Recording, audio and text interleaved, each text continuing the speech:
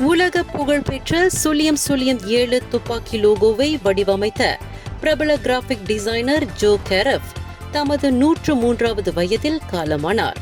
James bond திரைப்பட வரிசைக்கு தனித்துவமான அடையாளமாக விளங்கிய இந்த லோகோ 1962ஆம் ஆண்டு டாக்டர் நோ திரைப்படத்தில் முதல் முறையாக பயன்படுத்தப்பட்டது.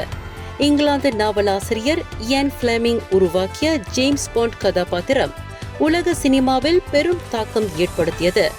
இதுவரை 27 பாண்ட் திரைப்படங்கள் வெளியாகி உலகம் முழுவதும் தனித்துவமான ரசிகர் பட்டாளத்தை பெற்றுள்ளன. ஜோ கேரஃப் சுமார் 300க்கும் மேற்பட்ட ஹாலிவுட் திரைப்பட போஸ்டர்களை வடிவமைத்துள்ளார்.